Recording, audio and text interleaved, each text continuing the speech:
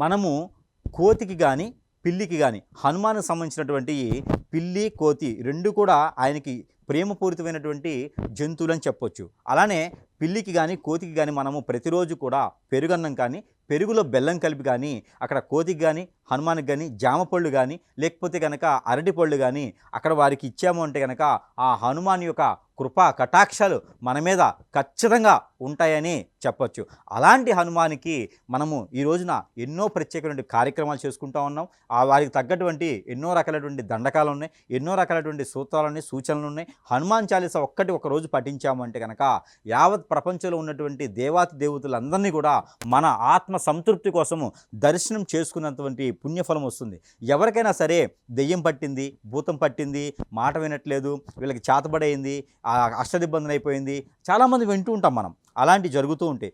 అలాంటి వారికి ఎవరైనా భయభ్రాంతులై కానీ మన కాన్షియస్ మన మాట వినలేటువంటి వారికి, ఆరోగ్యం క్షీణించిపోయేటువంటి వారికి, పిచ్చోళ్ళై రోడ్ల మీద తిరిగేటువంటి వారికి, ఏ పని అనుకున్న ముందుకెళ్ళినటువంటి వారికి వీరందరికీ కూడా హనుమాన్ చాలీసా పఠిస్తూ, వింటూ, తరిస్తూ హనుమాన్కి సంబంధించినటువంటి సింధూరాన్ని మన నుదుటిన ప్రతిరోజు కూడా ఉంచుకున్నట్టే కనుక ఆయుక్షణం ఉన్నవారు, ఆ గండాలు ఉన్న వారికి కూడా ప్రతిదీ కూడా మీకు గండం తప్పుతుంది, ఆయుక్షణం తప్పుతుంది. జీవితకాలం కూడా చిరంజీవిగా జీవించేలా ఉంటుంది.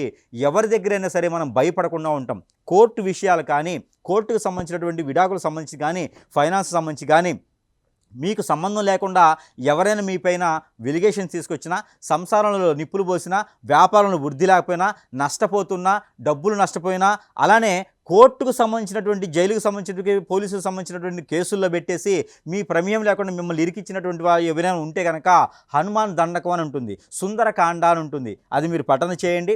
అలానే హనుమాన్ మందిరంలో కనుక 11 ప్రదక్షిణాలు 41 రోజు చేయండి. అలానే హనుమాన్ మందిరంలో ఉన్నటువంటి గ్రహాలు ఏవైతే ఉన్నాయో ఆ గ్రహాలన్నీ కూడా మీకు సానుకూల పడేలాగా గ్రహాల ప్రదక్షిణ కూడా మీరు చేయాలి. అలానే ఇలాంటి దోషాలు ఉన్నవారు హనుమాన్ మందిరంలో బఠానీలు కానీ, ఉలవలు కానీ, శనగలు కానీ, బొబ్బర్లు కానీ, స్వీట్ కార్న్ కానీ మీరు గుడాలుగా వండించి, గుగ్గిళ్ళు, ప్రాంతీయ భాష గుగ్గిళ్ళు అంటారు, ఇవి వండించి వాటిలో ఇంగువ, అలానే బెల్లము, ఆవాలు, తెల్ల ఆవాలు కానీ, నల్ల ఆవాలు కానీ వేసి, నువ్వుల నూనె కానీ, కోకోనట్ ఆయిల్తో కానీ మనం తాలింపు పెట్టేసి, ఎండిమిరపకాయలు లాంటివి వేసి తాలింపు పెట్టేసి, దాంట్లో పల్లీలు కూడా వేసుకోవచ్చు.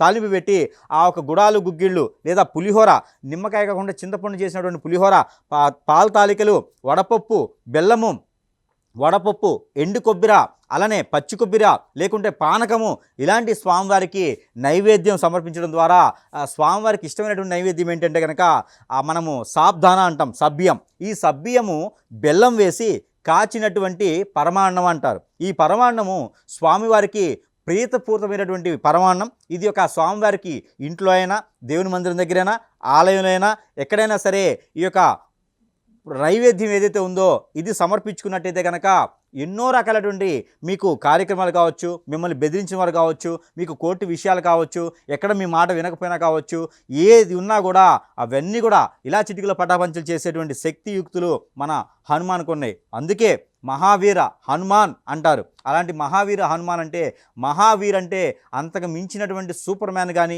అంతకు మించినటువంటి హీ మ్యాన్ కానీ, అంతకు మించినటువంటి ఎవరు కూడా ఇక ఉండరు, ఉండపోరు.